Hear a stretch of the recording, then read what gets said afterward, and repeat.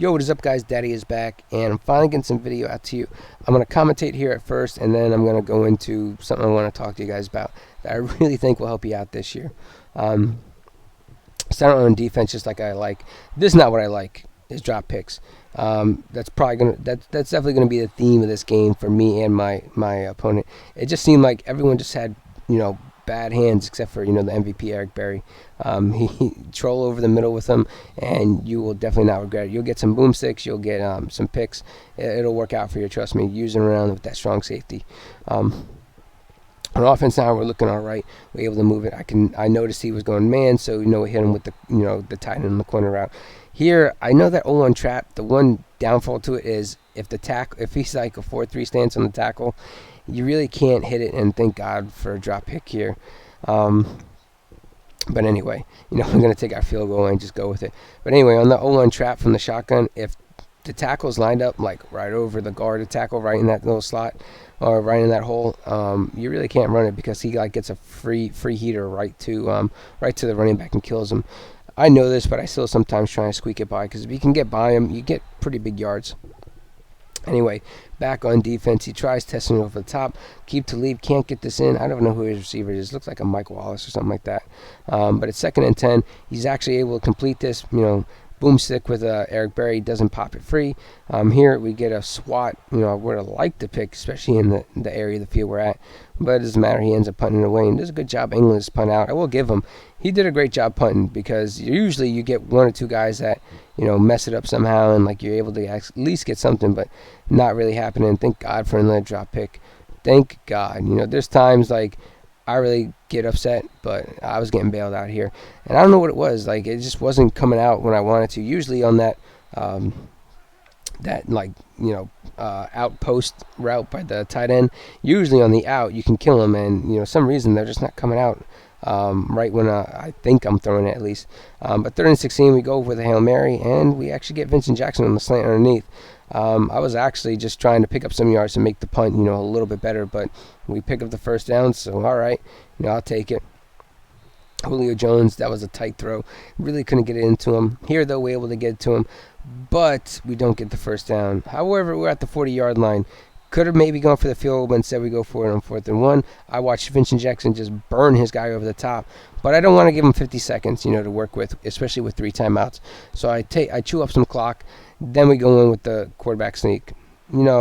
I know I could have lost points there, but at the same time, I'd much rather, at least be up by 1 score rather than give him a chance, to do anything really with it. And look at that swat by, Hockland Nix. Great card. I've had that card pretty much the whole year, the Rising Star version of him, and I've not looked back. We got 7 seconds left, so we just try to test him over top. And we watched Des Bryant burn him. I don't know what the hell he was thinking. Why he didn't have cover 2 man. I think he had man blitz on. Somehow he thinks that's really going to work, but not with Des Bryant and Julio Jones and Cordero Patterson out there. They're fast enough where they'll burn their receivers, especially on some streaks. So we're up by 3 scores here, looking real nice. Now, the game is pretty much well in hand. However, though, 3rd and 3, it gets this funky. That's supposed to be like an out route. That's like the worst run out route I've ever seen. So he forces us to punt.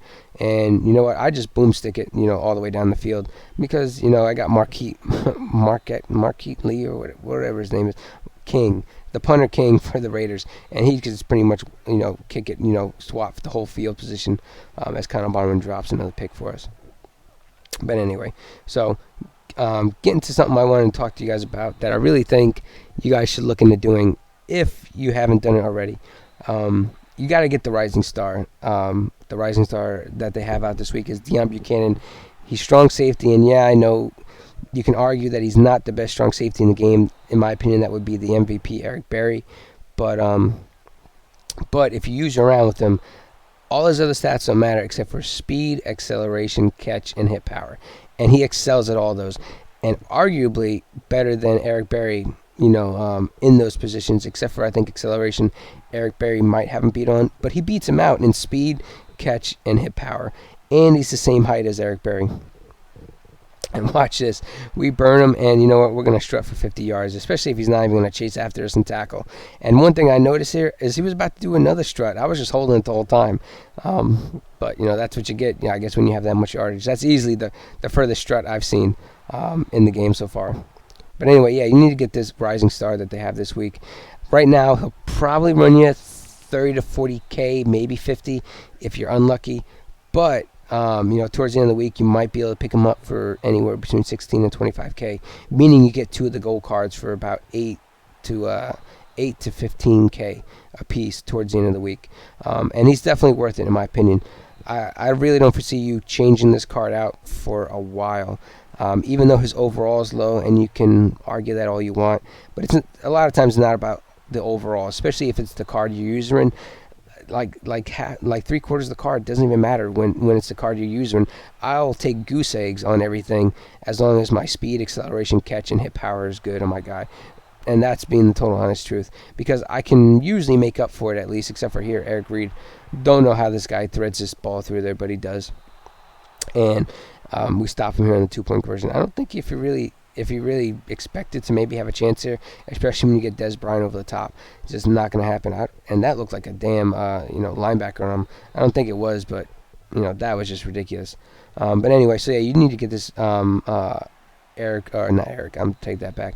Deion Buchanan they got this week. You really do. And I would highly recommend just earning the Eric Berry MVP and selling him as quick as you can, because he's still going for almost, I think, like 250,000 worth of coins. And if you're hunting on coins, it's probably the easiest MVP to complete. It's the first one I've done, outside of maybe the Giants might be fairly easy, and I think the Broncos is another one that I have that I'm pretty close to completing. But anyway, here, he gets, a touchdown right at the end, whatever. It don't really matter.